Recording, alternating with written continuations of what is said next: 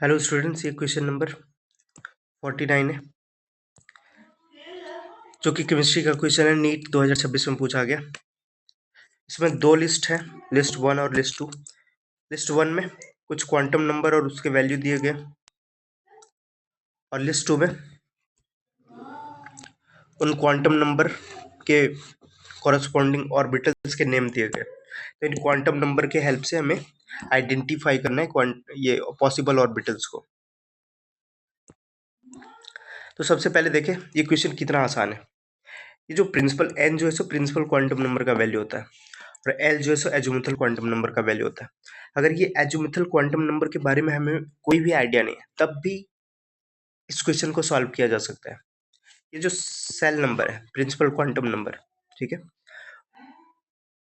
उससे रिलेटेड जो ऑर्बिटल्स होंगे वो उसी सेल के ऑर्बिटल होंगे, है ना। यानी दूसरा नंबर सेल में क्या क्या ऑर्बिटल पॉसिबल है, 2s और 2p, है ना।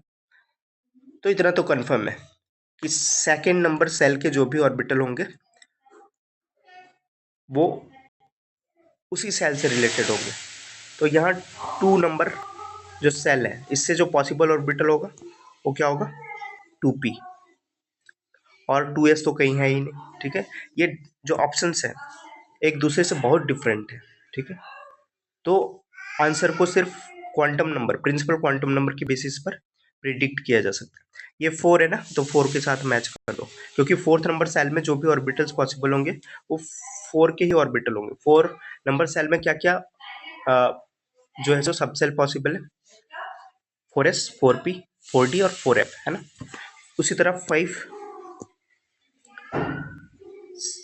में ये 5f, ठीक है, और ये 3 नंबर सेल में 3d पॉसिबल है, जो गिवन है उसके बेसिस पर, है ना। तो हम प्रिंसिपल क्वांटम नंबर के बेसिस पर ये टाइप ऑफ ऑर्बिटल प्रिडिक्ट कर सकते थे। लेकिन क्वेश्चन है तो चलो इसका एक्सप्लेनेशन भी देख लेते हैं। ये जो एल है, एजुमिथल क्वांटम नंबर है, को इंडिकेट करता है, और इसके रिलेटेड वैल्यू यहाँ दिए हुए। तो एल और उसके रिलेटेड वैल्यू को हम लोग याद कर सकते हैं।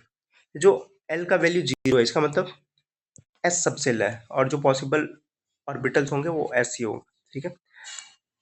ये जो वैल्यू फाइंड आउट हुआ है S P D F etc का, ये क्वांटम मैकेनिक्स से आता है। श्रोडिंगर वेव इक्वेशन को सॉल्व करने से ये एस पी डी और एफ का वैल्यू वहां से फाइंड आउट करते हैं। हालांकि 12th लेवल पर हम लोग इसके वैल्यू को याद कर लेंगे। तो अगर एल का वैल्यू 1 है, इसका मतलब पी टाइप का ऑर्बिटल पॉसिबल है, ठीक है, और 2 है, इसका मतलब डी टाइप का ऑर्बिटल पॉसिबल है, और ये जो एल का वैल्यू 3 है, ठीक है, इसका मतलब है कि एफ ऑर्बिटल, एफ टाइप का ऑर्बिटल पॉसिबल है।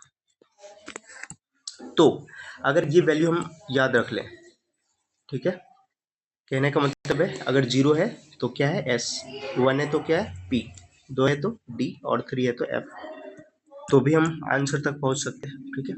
ये देखो तो सेल नंबर यानी प्रिंसिपल क्वांटम नंबर 2 है और एल का वैल्यू 1 है, तो 1 का मतलब पी, तो 2 और पी 2p हो गया, तो इसको इसके साथ मैच कर देंगे। ये 4 है सेल नंबर, तो 4 हो जाए, एल का वैल्यू 0 है, इसका मतलब ये क्या है, एस है, तो 4s। हाँ देखो, ये सेल नंबर 5 है और एल का वैल्यू 3 है, इसका मतलब ये कौन सा ऑर्बिटल है, एफ, तो 5f इसके साथ है। ये 3 है और ये एल का वैल्यू 2 है, इसका मतलब कौन सा ऑर्बिटल है, ये डी है, तो 3d के साथ मैच कर देंगे। तो इस आधार पर हमारा करेक्ट आंसर क्या हो गया, 3, ठीक है। All the best.